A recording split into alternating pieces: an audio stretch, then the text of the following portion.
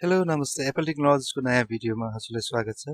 आज म हजुरलाई दुईटा फोटोहरू कसरी एक आपसमा मर्ज गर्ने अथवा दुईटा फोटोहरूलाई एउटै फोटोमा कसरी डिस्प्ले गर्ने भन्ने कुरा सिकाउन गइरहेको छु।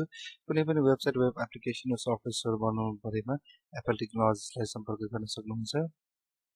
र अब सुरु गरौँ। यो फोटो दुईटा मैले ओपन गरिराखेको छु।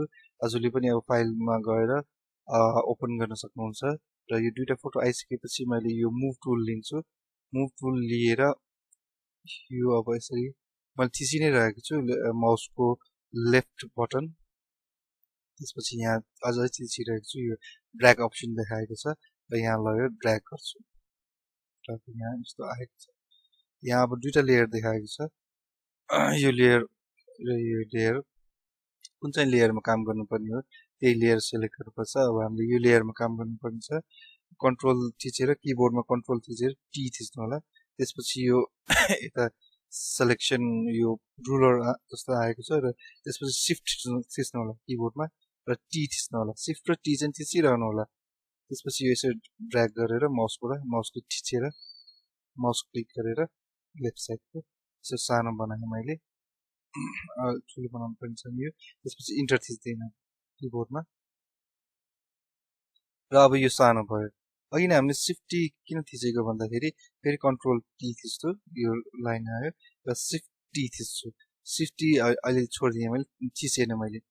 अब यो नथिचिकन गर्दाखेरि यो जति रेसियोमा जानुपर्ने हो त्यो रेसियोमा जाँदैन। जस्तै कि अब यो रेसियोमा गयो, ओरिजिनल साइजको रेसियोमा जाँदैन।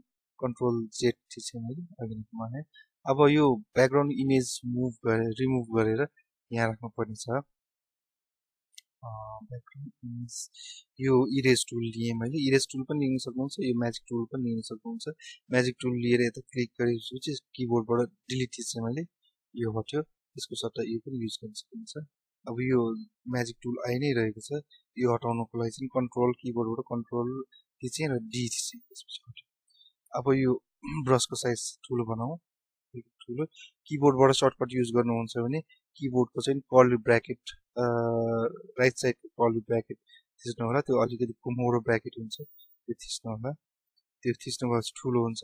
राइट साइडको थिच्नु भएपछि ठुलो, राइट साइडको कर्ली ब्राकेट थिच्नु भने ठुलो हुन्छ। लेफ्ट साइडको थिच्नु भयो भने चाहिँ सानो हुन्छ। त्यसरी यो थिच्नु होला। अब मैले किबोर्डमा कन्ट्रोल र प्लस थिचेँ एकचोटि, फेरि प्लस चाहिँ कन्ट्रोल थिचेर प्लस थिचेँ।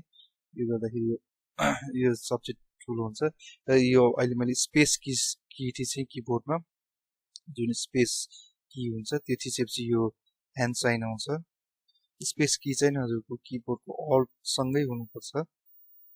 त्यसपछि ब्रस अलिकति सानो बनाएँ मैले। ब्रस सानो बनाइसकेपछि हामीलाई यो छेउको हटाउनुलाई अलिक सजिलो हुन्छ। यसरी अलिक फास्ट रफली गर्दैछु भिडियोको लागि।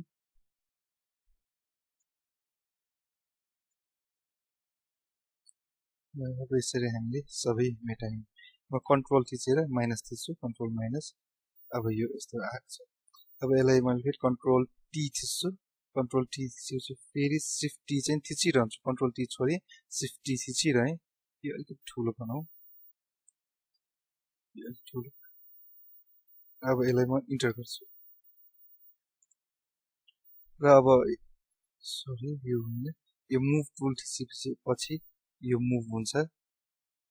यता राख्नु पर्ने छ अथवा यता राख्नु पर्ने छ। कन्ट्रोल टी थिचेर मैले सानो बनाएँ।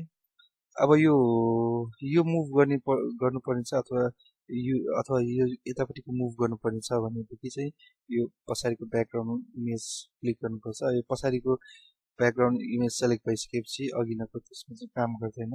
कन्ट्रोल जेड गरेर मैले अब यो लेयरमा काम गर्नुपर्ने छ भने चाहिँ यो यसरी मुभ गर्ने हो। अब यो भयो हामीले दुईटा फोटो एउटामा कसरी मर्ज गर्ने भन्ने कुरा।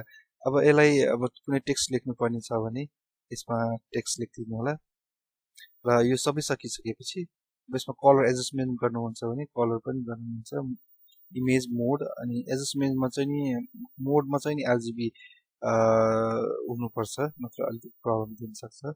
ब्राइटनेस कन्ट्रास्ट केही मिलाउनु पर्ने छ भनेदेखि चाहिँ कन्ट्रास्ट कसैले अलिक हाई कन्ट्रास्ट मनपर्छ कसैले अलिक फेड कलर मनपर्छ ओके का अरू यसमा इमेज एडजस्टमेन्ट अरू पनि छ यो स्याचुरेसनहरू पनि मिलाउनु हुन्छ थ्याङ्क यू फर वाचिङ अहिलेको लागि यति नै अब यसलाई सेभ गर्नको लागि चाहिँ फाइल सेभ एज गर्नु होला त्यसपछि यसमा सेभिङ अप्सन थुप्रै अप्सन आउँछ यसमा चाहिँ जेपीजी यो यतापट्टिको होइन यो माथिपट्टिको जेपीइजी गर्नु होला अथवा पिएनजी पनि हुन्छ मोस्टली जेपीजीमा सेभ गर्ने बढी सेभ हुन्छ जेपीजी सेलेक्ट गर्नु होला र यसलाई सेभ गरिदिनु होला यति गरिदिनु भएपछि अब यो हजुरको इमेज सेभ भयो थ्याङ्क यू फर वाचिङ मैले यो चाहिँ सेभ गरेन हजुरले सेभ